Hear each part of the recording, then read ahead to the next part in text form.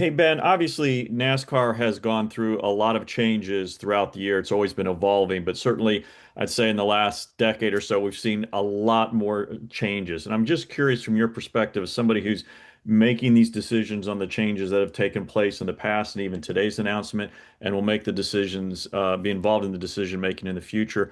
What's kind of the guiding principle to making some of these decisions and moving forward, other than it's better for the sport? I'm sure there's more that goes into it than something as simple as that. Yeah, it's a handful of considerations that we take a look at, especially as we think about moving a championship. I'd say first and foremost, it's fan feedback, and fans ranked Homestead-Miami Speedway as number one on the list of where they would like to see the championship in the future. And from what you guys may have seen and some of the fan sentiment so far, it leans very positive, which is great to see. So we listen to our fans, all of our partners, so broadcast partners, our teams, our drivers have input into where they'd like to see the championship in the future. So a lot of industry stakeholders that we'll collaborate with. And then I'd say on top of that, as you think about a championship race, ideally a warm weather kind of climate location. You can't race everywhere in the world, especially in early November. So there's a handful of venues and properties that we tend to gravitate towards. Thirdly, you want to make sure it's marketed and promoted the right way. Fourthly, Phoenix is a great example of this.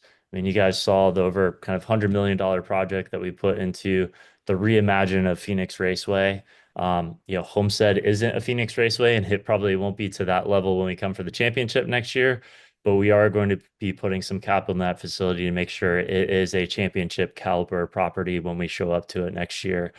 And then overall racing product. And, I think this is another part of the discussion that we've had. We've been at Phoenix for a number of years, and you guys have seen we've made some changes to the playoffs. We haven't made wholesale changes, but a few kind of minor changes to the playoffs to keep that level of unpredictability and parity through it. So, things like moving Talladega, as an example, to the round of eight this year was kind of a storyline and is going to challenge the teams and drivers in a new and unexpected way. And we have a lot of confidence when we go to Homestead-Miami Speedway.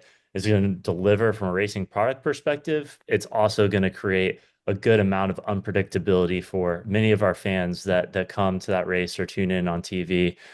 Just going to a different championship venue and having it on the line. So we're excited to see all that. A lot of collaboration internally, a lot of collaboration with a lot of our partners. And we've been sitting on this one for a while, so I'm glad that we're able to finally press the button on it and send it out to the world.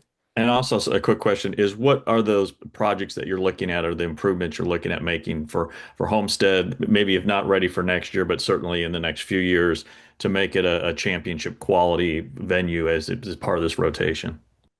Yeah, so I'd say the biggest thing we really focus on is a lot of the surveys that we have post race from our fans of, hey, what's working and where are some of our challenges. So we have a long menu list. It's several pages long of things that we'd like to do at Homestead. To your point, I don't think we're gonna be able to check everything off of the list prior to November of 26. But there are a number of things that we could do. Talk about ingress, egress. Paint on the walls is a huge part of it. A lot of our hospitality offerings, audio, the infield experience for our fans. So, a lot of things that we have on the list right now. We're working through exactly what that's going to look like. But I think as we get into the fall of this year and spring of next year, we'll start to see a lot of those things in motion. Thank you.